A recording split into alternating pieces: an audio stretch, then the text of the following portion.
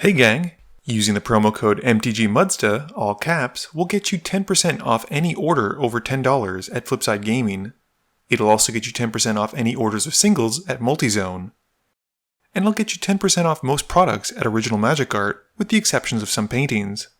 If these fine sites don't have what you're looking for, you can also consider using my affiliate link when ordering from TCG Player. And if you'd like to join the Generic Goblin Gang to support this channel, there's a link to my Patreon in the description below. You'll also be excited to hear that Flipside Gaming is doing a giveaway for Double Masters. If you place an order of $10 or more between July 6th and August 7th, you'll be entered for your chance to win the box. Alternatively, you can send a stamped, self-addressed envelope or postcard to Flipside Gaming to be entered to win as well. It's one entry per person, so good luck and have fun. Hey gang, and welcome back. Today's game features players from Platinum Star Game, with Adam playing Unesh. He keeps Commander Sphere, Goliath Sphinx, Thran Dynamo, Mirage Mirror, Command Beacon, Island, and Sol Ring. Tom is playing Gishath, keeping a mountain, a plains, rugged highlands, forest, Boros Signet, Itali, and Beast Within. I'm playing my very early on Mistform Ultimus deck, keeping a Rite of Replication, Darksteel Citadel, Galecaster Colossus, Swan Song, Island, and Rapid Hybridization.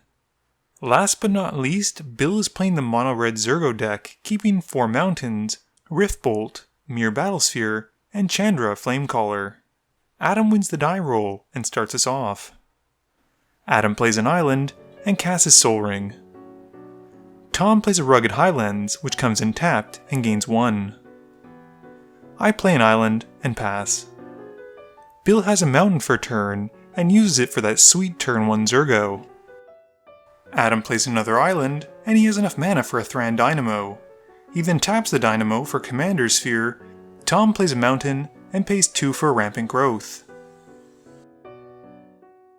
I play Darksteel Citadel and pass. Bill plays a mountain and hits Adam for 2. In his post-combat main phase, he then suspends a Riftbolt. Adam plays another island and can easily cast his commander. Unesh comes in, and he gets a mini Factor Fiction, and Adam has Tom make the piles. Tom makes it like this, with Adam taking the pile of 3. He then casts a Mirage Mirror in his post-combat main phase, and passes. Tom plays a tapped Windbrisk Heights, and drops a Boros Signet before hiding away a card. I play a Seed of the Synod, and cast a Shapesharer, passing. Bill removes a Suspend counter from his Riftbolt, dealing 3 to Adam on his upkeep. He draws for turn and plays a mountain.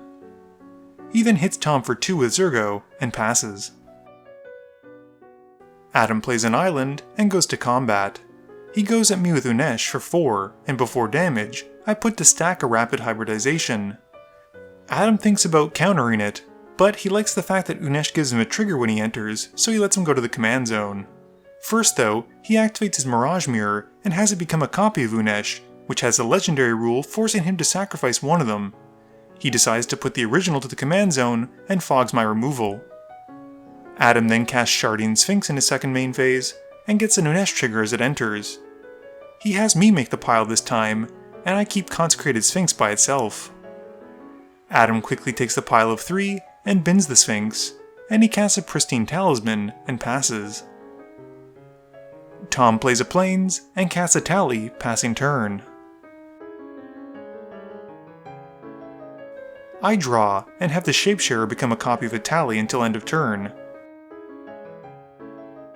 I swing it at Adam and hit some pretty bad cards sadly, and I'm only able to cast a Gruul Signet from Tom and an Insolent Neonate from Bill. My Shapesharer then connects with Adam's face, and I pass to Bill. Bill draws and casts Browbeat in his main phase. No one's really afraid of what he'll draw at this point, so we let Bill just draw the 3, and he passes turn. Adam untaps and plays Command Beacon as his land for turn. He swings the Sphinx at me, which connects and deals 4. This triggers the Sharding Sphinx to make Adam a 1/1 blue Thopter token, and Adam then recasts his commander in his post-combat main phase, gaining 1 life from tapping the Talisman, and this time has Bill resolve the Unesh trigger as it enters. Bill makes another pile of 3 and 1, and once more, Adam takes 3. Adam then moves through his phases, discarding down to 7. Tom plays a forest for turn, and does what a red creature should do, and he swings it at Bill. This has a tally trigger, and will reveal our top cards. He gets Unesh from me, Swords to Plowshares for himself, and Brute Force from Bill, and Phyrexian Metamorph from Adam. He pumps a tally with the Force, uses Swords to Plowshares on Adam's Unesh, casts my Unesh, and checks his mana in hand a bit before deciding on what to make the Metamorph. He has it come in as a copy of Thran Dynamo, and then resolves the Unesh trigger entering.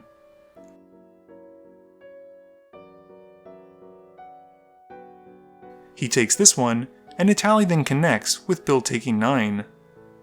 Tom then casts a Majestic Helioteris, and Tom is then able to cast a severely reduced costing Ghalta, and pass his turn. I draw, and seem stuck on 3 lands. I go at Adam for 1 with a Neonate, and then sacrifice it in my post-combat main phase. I discard Inundate, which considering its mana cost, is something I'll probably never be able to cast this game. I then have to pass having not drawn a land. Bill draws and plays a mountain. He taps 4 mana for Chandra, Torch of Defiance, and upticks her, making 2 red to help pay for an Crop Crasher. He swings both of his creatures at Adam, and doesn't exert the Crasher.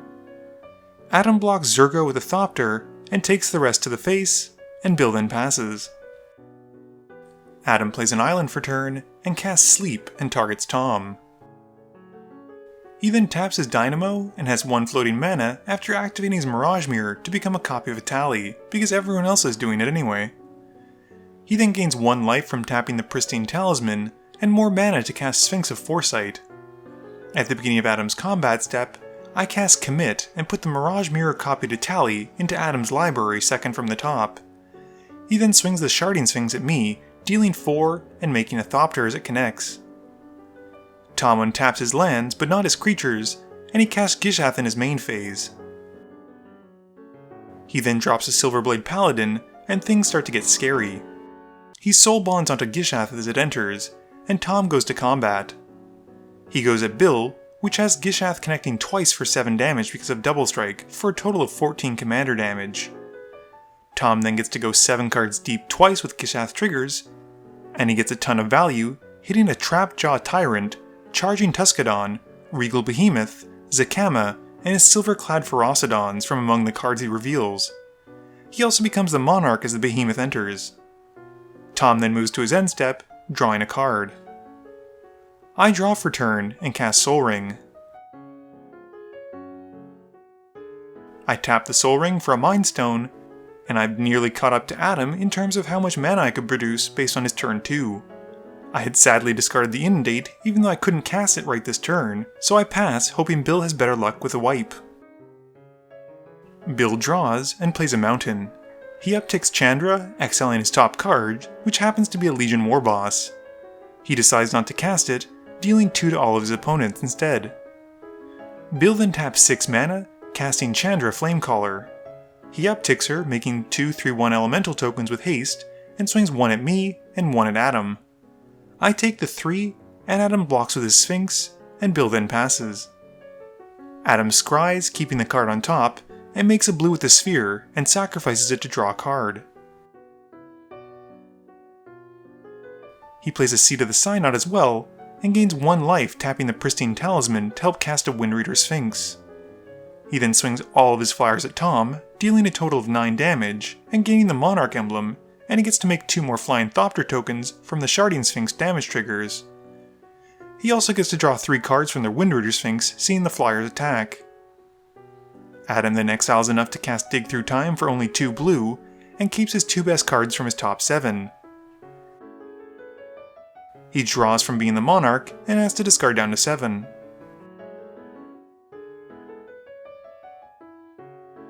Tom untaps his Fearsome Board this time, and his lands, and he asks for life totals. Tom then taps 5, putting to stack Cleansing Nova, and picks the mode to destroy all artifacts and enchantments.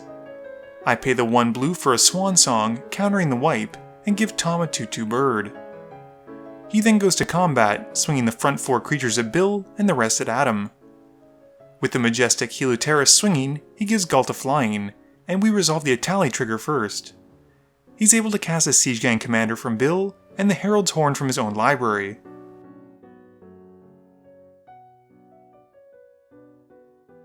Adam then blocks and puts the Windreader Sphinx in front of Gishath, and Adam and Bill then both get taken out once they connect, even with blocks.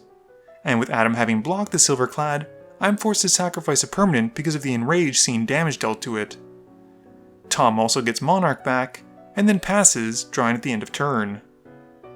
I draw for turn, and I have nothing, and I concede the game to Tom. Game review time. So I think I suffered a little bit from poor threat assessment later on in the game. Early on, Adam had a ton of ramp, and Unesh is a great card draw engine sitting in your command zone, and I think removing it with the rapid hybridization was probably the right move. I think where my assessment went a little bit sideways was when I used the commit to get rid of something that wasn't nearly as important as the next turn Gishath that we knew was coming. Let's face it, if you've ever played against the deck, as soon as he hits the field, he is swinging, and chances are whoever's playing the dinosaur is going to get a few dinosaur friends at the end of combat. This was still pretty early for my Mistform deck, and there were a lot of cards that I've since swapped out or underperformed. Speaking of underperform, I think Bill unfortunately picked the wrong deck for this game. I believe Zurgo Bellstriker is probably better in 1 vs 1, since using spells like Riftbolt really don't seem that great when you have 2 additional opponents in conjunction with the normal one you usually have in a 1 vs 1. Please be sure to tune in every Monday and Thursday at 11 AM Eastern Standard Time for a guaranteed new video. You can also follow me on Twitter at MTGMudsta. You can find me on Facebook at facebook.com/mtgmudsta. And lastly, you can check me out when I stream at twitch.tv/mtgmudsta. This video is brought to you in support by my patrons. If you're looking for a way to help out the channel, please be sure to visit the link below. Thank you all for watching this video, and don't forget, friends are just opponents you haven't eliminated yet.